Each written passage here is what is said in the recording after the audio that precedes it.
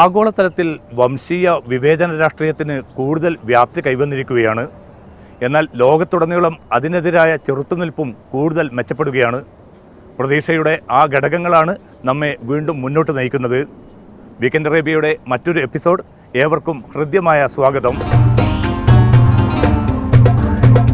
പതിറ്റാണ്ടുകളായി ദേശീയ രാഷ്ട്രീയത്തിൽ സജീവമായിരുന്ന ഇ അഹമ്മദും വിടവാങ്ങിയിരിക്കുന്നു. പ്രവാസ ലോകത്തെ സംബന്ധിച്ചിടത്തോളം അദ്ദേഹം നൽകിയ സംഭാവന ഒട്ടും ചെറുതല്ല. ഇന്ത്യ ഗൾഫ് ബന്ധം മെച്ചപ്പെടുത്തുന്നതിലും വ്യക്തിപരമായി വലിയ പങ്കാണ് ഇ അഹമ്മദ് നിർവഹിച്ചത്. വിടവാങ്ങിയ നേതാവിൻ്റെ ഓർമ്മകളിലൂടെ ഒരു സഞ്ചാരം.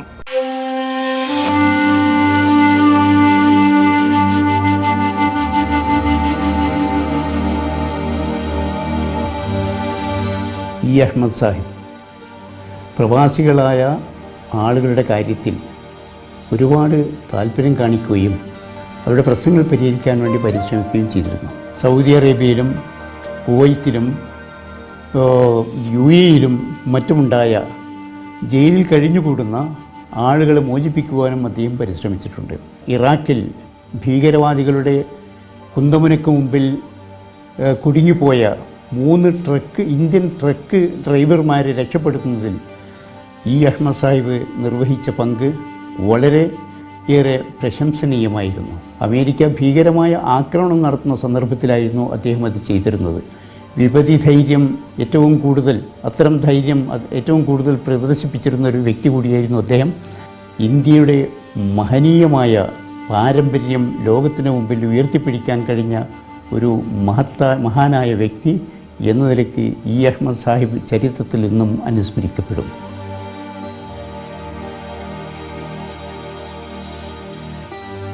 നല്ല സഹൃദയനായ ഒരു മനുഷ്യൻ, നല്ലൊരു ഭരണകർത്താവ്, നല്ലൊരു നേതാവ് എന്നീ നിലകളിലേക്ക് അഹമ്മദ് സാഹിബിനെ ഓർക്കാൻ പറ്റുള്ളൂ. കേരളത്തിൽ അദ്ദേഹം മന്ത്രിയായിരുന്നപ്പോൾ പരിചയമേ ഉണ്ടായിരുന്നുള്ളൂ. ഒരു മാധ്യമ പ്രവർത്തന നിലയിൽ അദ്ദേഹത്തെ കണ്ടിട്ടുണ്ട്, സംസാരിച്ചിട്ടുണ്ട്. എന്നാൽ അതിൽ കൂടുതലായിട്ടൊരു ബന്ധമില്ലായിരുന്നു. ഡൽഹി വന്നപ്പോൾ ആ ബന്ധം കൂടുതൽ അടുക്കാൻ ഒരു അവസരം വന്നു. തിരുമൂർത്തി മാർഗിലുള്ള അദ്ദേഹത്തിൻ്റെ വീട്ടിൽ എപ്പോഴും കയറി ചെല്ലാം, എന്ത് വിഷയം സംസാരിക്കാം.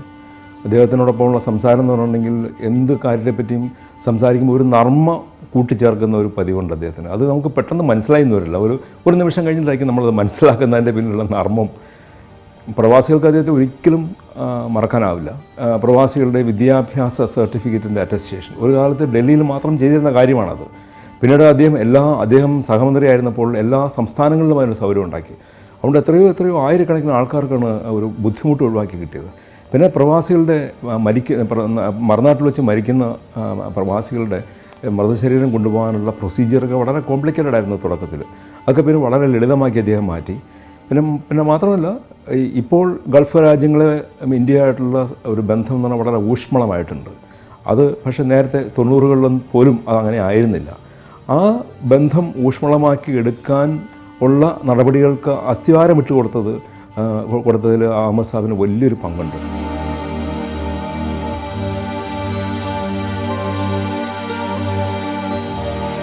അദ്ദേഹത്തോടൊപ്പം 2004 മുതൽ 2009 വരെ ഒരു സഹപ്രവർത്തകൻ എന്നുള്ള നിലയിൽ ലോകസഭയിൽ അംഗമാകാൻ എനിക്ക് കഴിഞ്ഞിട്ടുണ്ട്.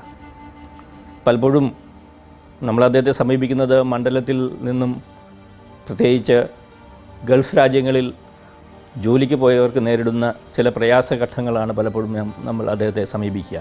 അപ്പോഴേക്ക് വളരെ കൃത്യമായിട്ട്, വളരെ താല്പര്യത്തോടുകൂടി അതിന് പരിഹാരം കാണുന്നതിന് വേണ്ടിയുള്ള നടപടികൾ അദ്ദേഹം സ്വീകരിക്കുകയും എന്ത് നടപടി സ്വീകരിച്ചു എന്നുള്ളത് ഞങ്ങളൊക്കെ രേഖാമൂലം അറിയിക്കുന്ന കാര്യത്തിലും അദ്ദേഹം വളരെ താല്പര്യമെടുത്തിരുന്നു.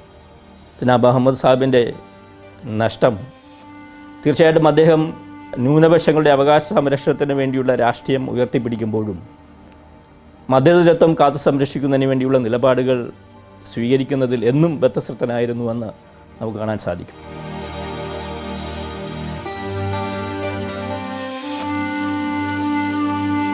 മൂന്ന് വർഷം മുമ്പ് വിദേശകാര്യമന്ത്രിയായപ്പോൾ ഇവിടെ ഷിപ്പിൽ 15 ആൾ കുടുങ്ങിയിട്ട് അഹമ്മദ് സാഹിബിൻ്റെ പ്രത്യേകത, അഹമ്മദ് സാഹിബിൻ്റെ അടുത്ത് ഞാനും അവൻ കൂടെ പോയി പറഞ്ഞ് ഇങ്ങനെയാണെന്ന് പറഞ്ഞാൽ അപ്പം തന്നെ അംബാസഡർ വിളിച്ചിട്ട് 4 ദിവസം കൊണ്ട് അവരെ നാട്ടിലെത്തിക്കുന്ന സംവിധാനം. ആ ഒരു പവർ ഇന്ത്യയിൽ ഒരു മന്ത്രിമാർക്കൊന്നും വരെ അഹമ്മദ് സാഹിബിൻ്റെ ആ പവർ ഉണ്ടായില്ല. എവിടെയും ഡൽഹിയിലൊന്നും വിളിച്ചു നോക്കിയിട്ട് ആവശ്യം എന്തെങ്കിലും കാര്യം പോയി പറഞ്ഞാൽ അത് അപ്പം തന്നെ തീരുമാനം എടുക്കും. പിന്നെ എല്ലാ ഉദ്യോഗസ്ഥന്മാർക്കും അഹമ്മദ് സാഹിബിന് പേടിയാണ്, എല്ലാ ഉദ്യോഗസ്ഥർക്കും അഹമ്മദ് സാഹിബിന് ഇഷ്ടമാണ്. കാരണം അഹമ്മദ് സാഹിബ് പറയുന്നത് ഉദ്യോഗസ്ഥന്മാർ കേൾക്കൂ, ഉദ്യോഗസ്ഥർ അഹമ്മദ് സാഹിബും കേൾക്കും. അങ്ങനെ ഒരു പ്രത്യേകമുള്ളൊരു മനുഷ്യനായിരുന്നു അഹമ്മദ് സാഹിബ്.